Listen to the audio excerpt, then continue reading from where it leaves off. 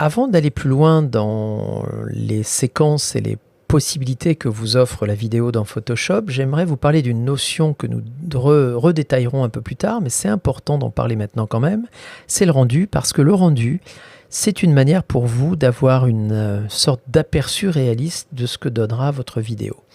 Alors bien sûr, au-delà du rendu, la barre d'espace vous permet déjà d'avoir une prévisualisation, je dirais, de votre montage, mais au sein d'un environnement avec des panneaux, des fenêtres, des guides, et ces éléments-là viennent un petit peu parasiter le résultat final. Alors pour faire du rendu, vous avez une petite flèche qui est ici, et comme cette petite flèche va vous proposer un export, je vais juste vous proposer ceci avant. C'est-à-dire qu'on va légèrement baisser le son.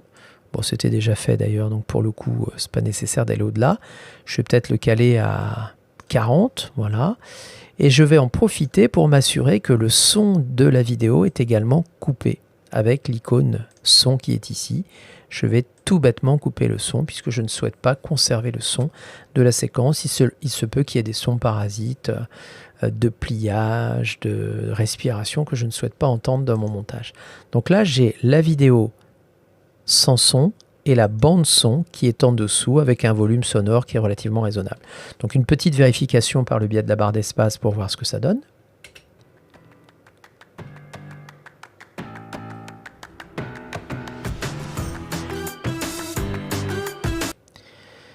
Ce que j'aimerais vous faire constater également, c'est qu'avant la fonction rendu, je vais m'apercevoir que très souvent, lorsque Photoshop est en train de vous montrer un petit peu le résultat, il n'est pas capable de respecter la demande que vous aviez fait au départ du nombre d'images secondes. Donc le fameux yes, la vitesse par seconde, le nombre d'images par seconde.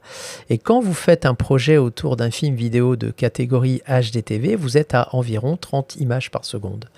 Et là, évidemment, le problème qui va se poser, c'est que si je me limite à un coup de barre d'espace pour visualiser ce que ça donne, je vais attirer votre attention sur la valeur d'IS qui est ici à 29,97 puisque je suis sur du HDTV. Et vous allez voir qu'en général, cette valeur va baisser, va devenir rouge pour vous indiquer que vous êtes en dessous du seuil d'affichage de 30 images par seconde. Ça, c'est lié au fait que vous utilisez peut-être un disque dur qui n'est pas assez rapide, un processeur qui n'est pas assez puissant, une carte vidéo qui ne tient pas forcément la route. Et ce débit-là peut largement descendre. Donc, il faudra être assez prudent parce que si vous vous fiez que là-dessus pour caler votre son par rapport à vos images, etc., vous risquez d'avoir des mauvaises surprises. Donc voilà, regardez bien la valeur qui s'indique ici quand j'appuie sur la barre d'espace.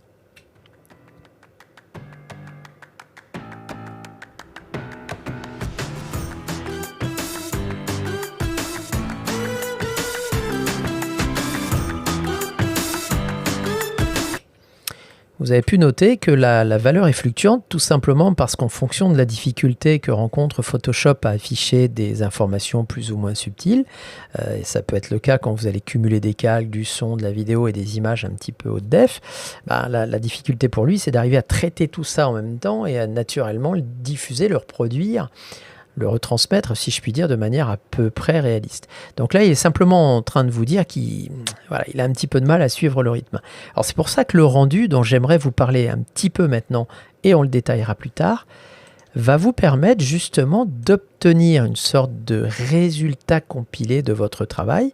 Alors je vais l'appeler test pour le moment, et vous voyez que je vais simplement me contenter ici d'utiliser un média de type média encodeur avec un format classique de type H264 en respectant autant que possible mon paramètre de départ et je vais rendre cette vidéo, je vais la stocker dans un dossier de référence qui serait pourquoi pas mon dossier de montage en cours. Je l'appelle test, je fais mon rendu. Alors voilà, ça va prendre un certain temps évidemment et c'est pour ça que je vous propose de stopper pour le moment ma séquence et de revenir vers vous dès que l'exportation sera créée.